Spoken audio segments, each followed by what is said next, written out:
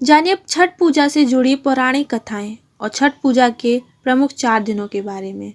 छठ पूजा का व्रत दीपावली के बाद आता है। यह व्रत बिहार, झारखंड और उत्तर भारत में विशेष रूप से मनाया जाता है। पौराणिक कथाओं में ऐसा उल्लेख मिला है जिसमें भगवान श्री कृष्ण ने छठ पूजा का व्रत करने के संदर्भ में अभिमन्यु की पत्नी उत्तरा को बताया था। छठ पूजा के कठिन व्रत में महिलाएं 36 घंटे तक निराहार तथा निर्जल व्रत रखती हैं। इसके दौरान महिलाएं छठ पूजा के प्रमुख दिनों में कुछ भी खाती पीती नहीं है। छठ पूजा का त्यौहार 4 दिनों का होता है। छठ पूजा के त्यौहार का प्रारंभ नहाय खाए के प्रमुख दिन से होता है। छठ पूजा में सूर्य देव की आराधना की जाती है। इस व्रत में छठी मैया की भी उपासना की जाती है। छठ पूजा का व्रत सुख, शांति और अपनी संतान की दीर्घायु के लिए महिलाएं करती हैं। दीपावली के त्यौहार के बाद से ही लोगों को छठ पूजा का बहुत इंतजार रहता है।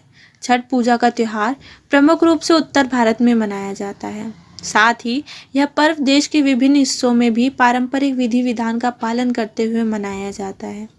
छठ पूजा का त्यौहार काफ़ी कठिन नियमों तथा सच्ची निष्ठा के कारण ही सबसे कठिन माना जाता है और सबसे बड़ा भी माना जाता है।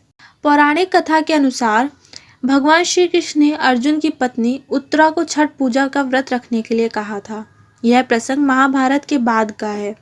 जब महाभारत का युद्ध समाप्त हो जाता है, उसके बाद अभिमन्यु की पत्नी उत्तरा के गर्भ में पल रहे बच्चे कुमार की प्राण की रक्षा के लिए यह व्रत श्री कृष्ण उत्तरा को बताते हैं।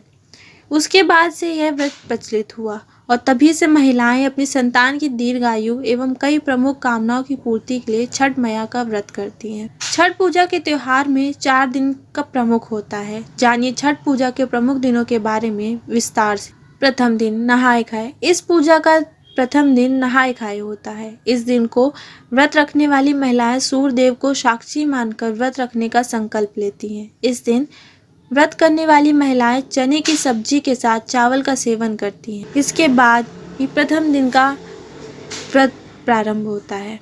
द्वितीय दिन खरना। छठ पूजा का अगला और प्रमुख दिन खरना होता है। इस दिन व्रत रखने वाली महिलाएं पूरे दिन व्रत रखती हैं। इस दिन प्रमुख रूप से शाम के समय गुड़ की खीर बनाई जाती है।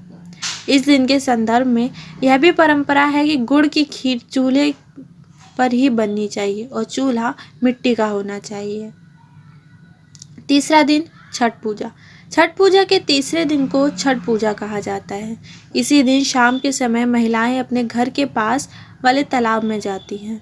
तालाब पर छठ मैया की आराधना करने के बाद डूबते सूरज को अर्घ देने के बाद घाट से घर लौटकर कोसी भरने की प्राचीन परंपरा निभाती हैं। यह मान्यता है कि यदि कोई व्यक्ति मन्नत मांगता है तो वह पूरी हो जाती है। छठ पूजा की महत्वपूर्ण दिनों की तिथियां। 8 नवंबर का सोमवार है और इस दिन नहाय खाए से छठ पूजा का प्रारंभ होता है।